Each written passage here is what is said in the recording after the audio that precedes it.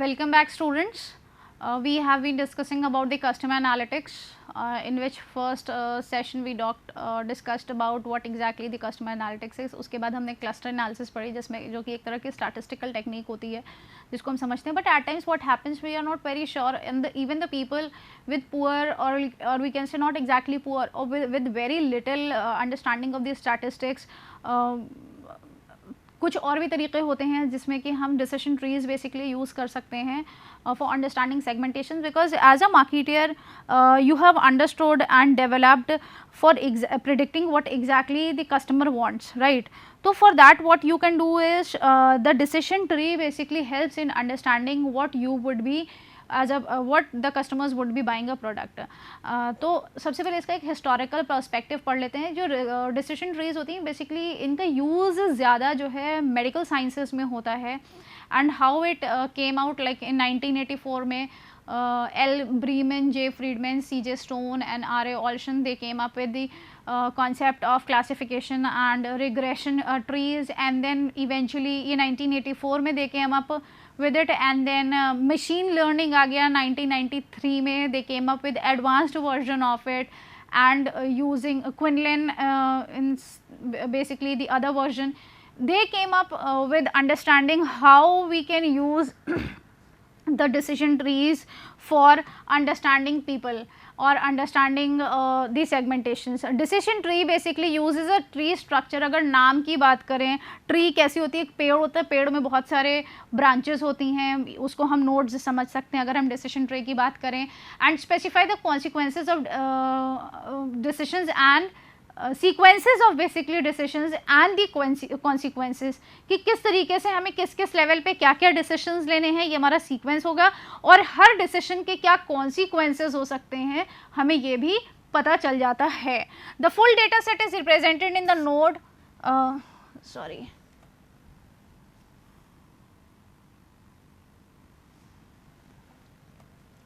basically the software then chooses the first independent variable with which to split the tree into distinct branches. अगर हम tree की बात करें, tree अगर ऐसी होती है, इसको हम देखें तो इसको यहाँ पे इसकी अलग ब्रांचेज हुई, ये अलग ब्रांचेज हुई, ये अलग ब्रांचेज हुई, ये अलग ब्रांचेज हुई. तो क्या होता है यहाँ पे, the software then chooses the variables, इसको डिफरेंट नोड्स में और सेगमेंट्स में, ये जो नोड्स होते हैं इसको सेगमेंट बोला जाता है. It is done by selecting the variable that is most statistically significant. फिर जो वेरिएबल सबसे ज़्यादा स्टैटिस्टिकली सिग्निफिकेंट होते हैं हम उसको यूज़ करते हैं. तो डिसीजन ट्री की बात करें, the first level of the tree contains the best predictor of the variable that results in the larger differences in the propensity to fall into that particular target group. यहाँ पे क्या होता है, जो best predictor होता है यहाँ पे, ठीक है, फर्स्ट लेवल, यानी कि अगर हम लेवल वाइज देखें तो डिसीजंस आ रहे हैं ऐसे करके, ठीक है. This is how basically decision tree is made, and इसमें जो डिफरेंसेस आते हैं डिफरेंट टारगेट ग्रुप में, the tree is, this is how basically using the best predictors or the variables we develop the tree. For each branches of the tree, the most significant independent variable is chosen to split into the further sub branches. यानी कि अगर for instance ये सबसे ज़्यादा significant independent variable है, इसको हमने further choose किया, अब ये ज़्यादा है, इसको हमने फर्दर चूज़ किया, फिर हम, this is how basically we move into segmentation. This process continues until a specified level is achieve reached. हम ये तब तक करते रहते हैं जब हमें एक स्पेसिफाइड लेवल मिल जाता है. Data volumes are too small or there are no more statistical significant or discriminatory variables. ये तब तक चलता रहता है जब तक कि हमें एक स्पेसिफिक नहीं मिल जाता. लेट्स सी, एक एग्जाम्पल दिया है. For instance the data pool upon which the analysis was built, ये है अराउंड 30,000 कैंडिडेट्स हैं इसमें, जिसमें कि कैंपेन रिस्पॉन्डेंट्स हैं, परसेंटेज ऑफ इंडिविजुअल्स और दी टारगेट ग्रुप्स. इसको हमने कैसे डिफाइन किया है, on the basis of high, medium and low, जिसमें 10,000 इक्वल नंबर ऑफ इंडिविजुअल्स आ गए, यानी कि टोटल 30,000 का डेटा था, जिसमें हाई का 4.5% अगर लेते हैं ऑनलाइन बैंकिंग में, येस और नो, एज के बेसिस पे मोर देन 45 और 45 प्लस, फिर यहाँ पे लो में more than 55 and less than 55 and 55 plus, less than 50 45 45 plus. तो अब ऑनलाइन बैंकिंग की यूज़ करते हैं तो इसको फर्दर हमने सेगमेंट किया 6.25,000, this is the best segment. फिर हमने अगर अपने रिजल्ट्स निकाले बेटर दैन द एवरेज, ये average, well below average and just below the average. Here basically क्या था कि अगर हम इसको देखें ये किस तरीके से कैटेगराइज करके डिफरेंट नोड्स और डिफरेंट तरीके से आपको हमने डिवाइड किया है, और जो बेस्ट निकला है इधर से लेकर के इधर के बीच में, दिस वाज बेसिकली बाय 2017 में एक सोर्स डेटा रिलीज हुआ था, उसका ये एक डायग्राम है that I have chosen to explain you now. Exactly let's go again into it. What decision trees do? They are basically used to predict a categorical, usually binary dependent variable. For example, will a family purchase a riding mower during the next year? ये question आता है, we have to predict क्या family purchase करेगी या नहीं। will person suffer from heart attack in the next year? क्या person को heart attack पड़ेगा। will voter vote Republican or Democratic in the next presidential year? कौन वोट करने वाला है, किसको वोट करने वाला है। Will a voter vote Republican को करेगा या डेमोक्रेटिक को करेगा। You can determine the independent variable or attributes that are most effective in predicting the binary dependent variable. With this, basically, you will be able to determine the independent variable or attributes that are most effective predicting dependent variable. What you do is you begin the tree with a root node that includes all combination of attribute values, and then use independent variables to split the root node to create the most improvement in class separation. This is how basically you use decision tree. जो सबसे best predictor होता है हम उसको use करते हैं, उसके basis पे हम फिर सब एट्रीब्यूट्स और कॉम्बिनेशंस को डिफाइन करते जाते हैं unless we achieve what we want. You understand basically, to understand the basic idea of class separation, suppose you want to predict whether a family will buy a riding mower or not. अगर हमें इसको समझना है, if every family owning a lot of at least 2 acres in size bought a riding mower, and no family owning less than 2 acres in size bought a riding mower, then you could split the root into 2 child nodes. Basically nodes को हम 2 different child nodes में roots को split कर देंगे। जिनके पास less than 2 acres land है, जिनके पास more than 2 acres land है, उसके बेसिस पे हमको डिटरमाइन करना है। One with lot size of more than 2 acres land and one with less than 2 acres. Performing classification, if lot size is more than 2 acres, predict a family will buy a riding mower. If lot size is less than 2 acres, predict a family will not buy a riding mower. If the first split does not result in satisfactory classification performance, then you split the second child node possibly on the another independent variable. हमने यहाँ पे 2 basically classification rules लिए हैं, more than and less than का, ठीक है। उसके बाद हम ये देखते हैं कि अगर हमको फर्स्ट कैटेगरी में प्रॉपर सेटिस्फैक्टरी रिजल्ट नहीं मिलता है तब हम दूसरे वाले में जाएंगे। Now constructing a decision tree, suppose you want to come up with a simple rule to determine whether person will buy Greek yogurt or not. यहाँ पे अब हमें देखना है कि कोई इंडिविजुअल ग्रीक योगर्ट खरीदेगा या नहीं करेगा। Let us go into the example of it. जैसे यहाँ पे हमने 10 पीपल का डेटा लिया है जिसमें जेंडर है मेल फीमेल, मैरिटल स्टेटस है लोगों का, income level, marital status is being divide on single, married, divorced, उसके बाद income level is high, average, medium, low, bought और नॉट बॉट का हम देखते हैं। अब हमें ये देखना है कि बेसिकली कि पर्सन, अगर हमने एग्जाम्पल देखा, is a single person with high income women who did not buy the Greek yogurt. The independent variable for each person is whether or not the person will buy the Greek yogurt. यहाँ पे जो dependent variable हमने use किया है, यानी कि dependent variable Greek yogurt है, Greek yogurt खरीदेगा या नहीं खरीदेगा, हमें परचेज पता लगाना है।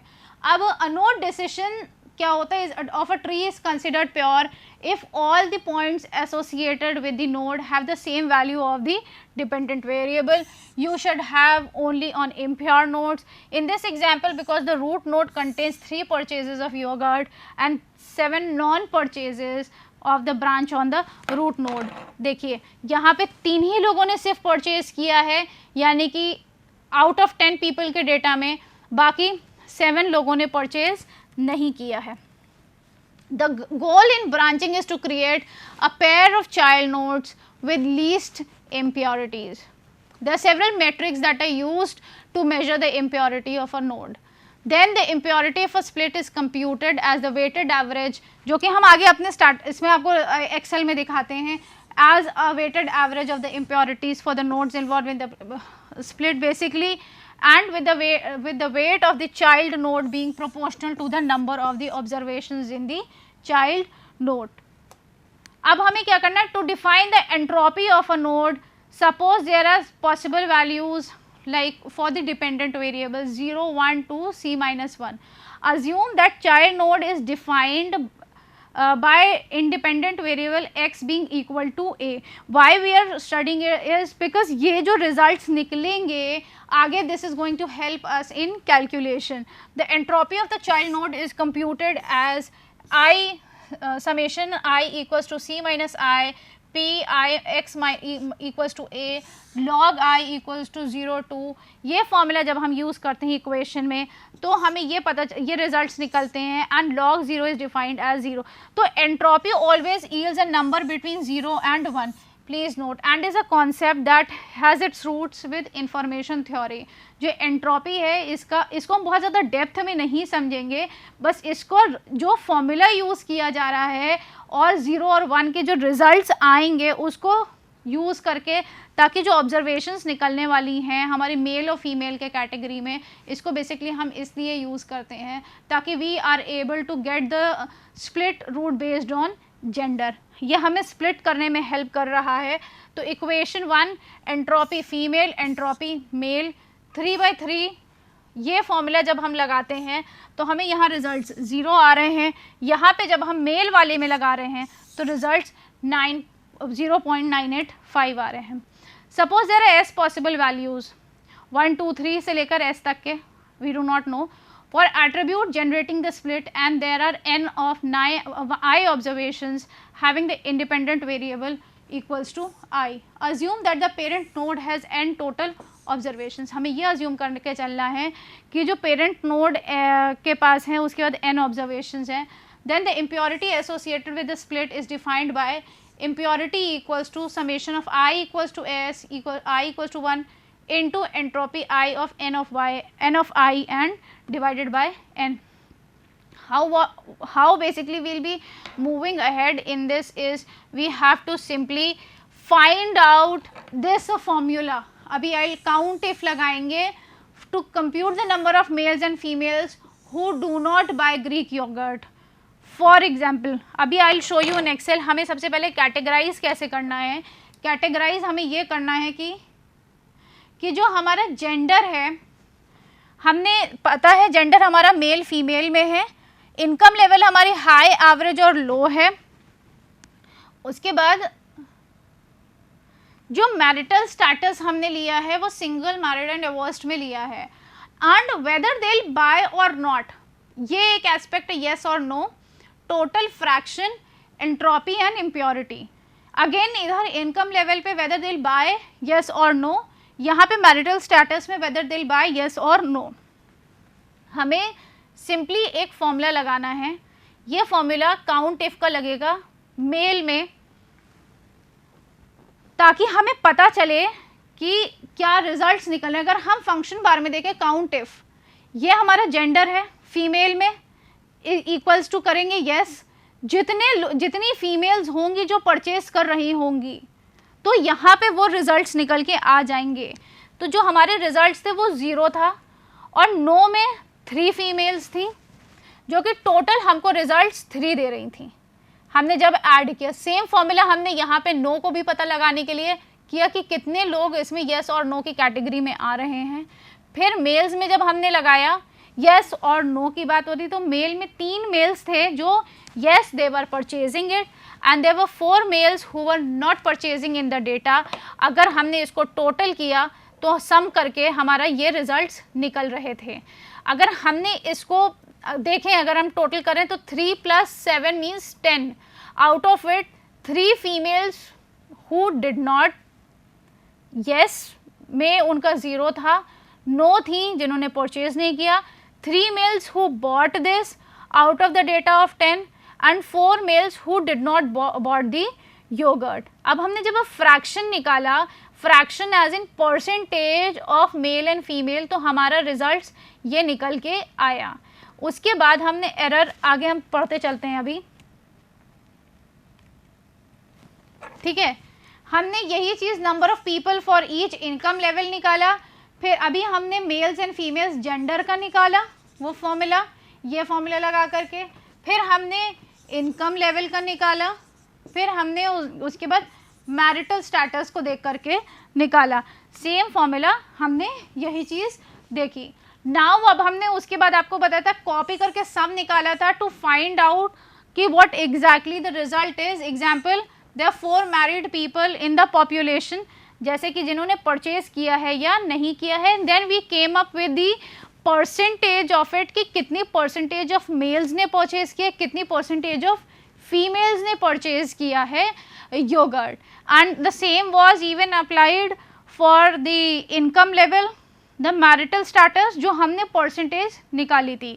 Now what we will be doing is, if error, ये फॉर्मूला लगाएंगे log D15 जो कि हमारा सेल नंबर है, F15 को हमने क्या कहते हैं फ्रीज कर दिया है, level combination to compute each attribute creating the level combination you need to ensure basically if error that when pxi equals to 0 and log 0 the unidentified value is replaced by 0। ये formula जो अभी हमने आपका पिछली slides में पढ़ा था वो यहाँ पे लग रहा है, आप देख सकते हैं। इफ एरर का अगर यस है रिजल्ट्स के बेसिस पे F15 हमने लिया है, टोटल में अगर होता है people are purchasing it, it would come to be 0, इधर इधर विल बी 0 और देयर वुड बी जो वैल्यू निकल के आ रही है। सेम हमने आपका पहले एक बार हमने येस की कैटेगरी का निकाला, फिर हमने नो की कैटेगरी का निकाला, and then once we get this result basically जो अनआइडेंटिफाइड वैल्यू है तो वो रिप्लेस हो गई 0 की, यहाँ पे हमने 0 किया है।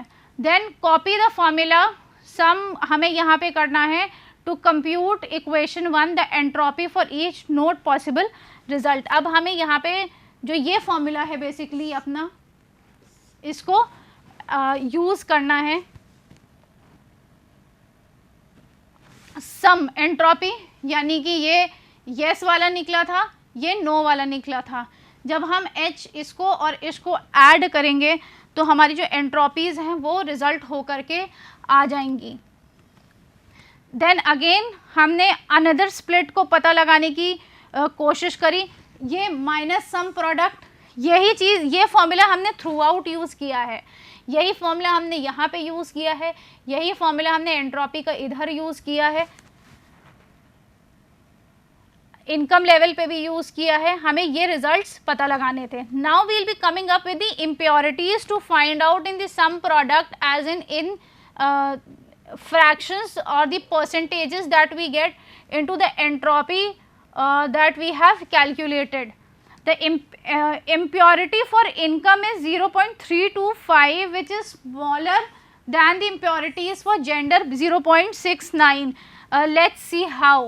जो हमें रिजल्ट्स निकल के आ रहे हैं हम इसको करते हैं एंड देन वील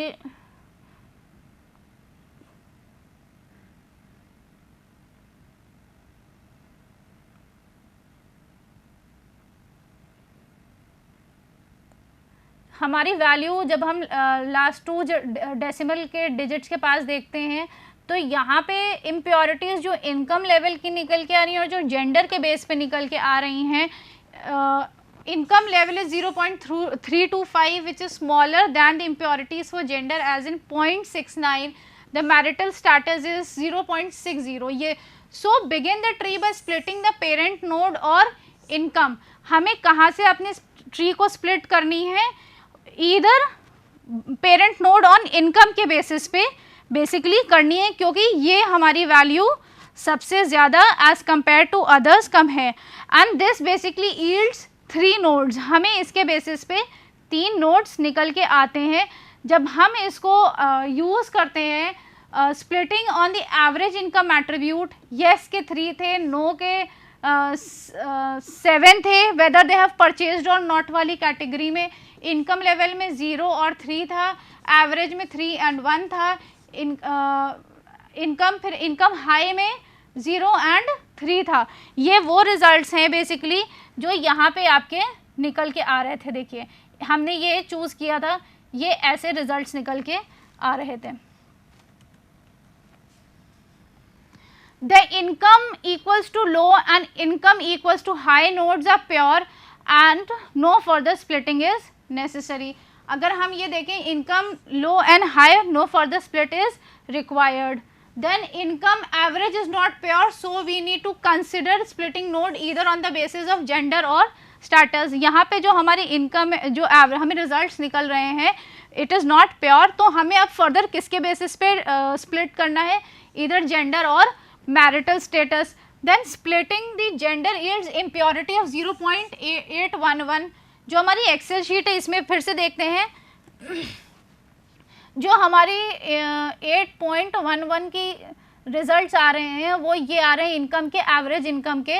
इसको हमें फिर से हम फर्दर किस पे ध्यान जाएंगे, whereas splitting marital status yields an impurity of 0. Therefore split the income and average node on marital status. Because the terminal nodes are pure, that is each respondent for a terminal node is the same class, no further splitting is needed and you obtain a proper decision tree. This is how it is formed, the completed decision tree. जब हमने देखा ये तक हम कर चुके थे पिछले वाले में, yes no, एवरेज में कितनी कैटेगरीज आ रही थी, marital status equals to single, yes and no. जो रिजल्ट्स निकल आ रहे हैं उसके बेसिस पे हमने इस अपनी डिसीजन ट्री को प्लॉट किया है या बनाया है, स्प्लिट किया है. मैरिटल स्टेटस मैरिड में no 0, no 1, yes 0. Marital status divorced में yes 1 and no 0. Interpreting the decision tree, अभी तो हमने बना लिया, अब हमें इसको इंटरप्रेट करना है कि जो रिजल्ट्स आ रहे हैं वो किस तरीके से हम इनको यूज़ कर सकते हैं for further decision making. Basically the decision tree is the classification rules. If the customers average income is either low or high, the person will not buy the Greek yogurt. अगर हम पिछली वाली देखें, अगर individual की जो average income either लो है या हाई है, the person is not going to buy the Greek yogurt. If the person income is average and the person is married, that the person will not buy yogurt. यहाँ पे भी वो married है और average income है, तभी वो Greek yogurt नहीं purchase कर रहा है. Otherwise the person will buy the Greek yogurt. From this decision tree, basically the market analyst, what they do is they learn the various promotional activities in advertising should be aimed at the average income single or divorced customers, otherwise those investments will likely to be wasted. This is what exactly we do when we interpret the decision tree. To conclude, this decision tree that is being used again as another way for segmentation is, this can be even like as an individual, if you have less understanding of statistical training, just by using few formulas or taking out the percentage as I have already showed you on Excel, you can use those values to understand for segmenting the market. You can use decision trees to determine simple classification rules, whether that can be understood with people with less statistical training. आपको simply कुछ values जो निकल के आती हैं उसके classification के basis पे जो रिजल्ट्स निकल रहे हैं और जो वैल्यूज़ डिटरमाइन हो रही हैं हम उसके बेस पे निकाल सकते हैं. To create a decision tree, split a parent node using a division of attribute values that creates the greatest reduction in overall impurity value. What we basically do is, as I already told in the first slide, कि जो सबसे best predictor value होती है उस parent node को हम use करते हैं यूजिंग वेरियस एट्रीब्यूट्स जो भी होते हैं that creates the greatest reduction in overall impurity value. This is how basically the decision tree is used for understanding and taking decisions when it comes to segmenting the customers or the market. This was basically all about the decision tree that is being used for segmentation. Apart from cluster analysis, we will further be understanding the conjoint analysis and other few statistical techniques to better understand the customer analytics aspects of marketing analytics. Thank you.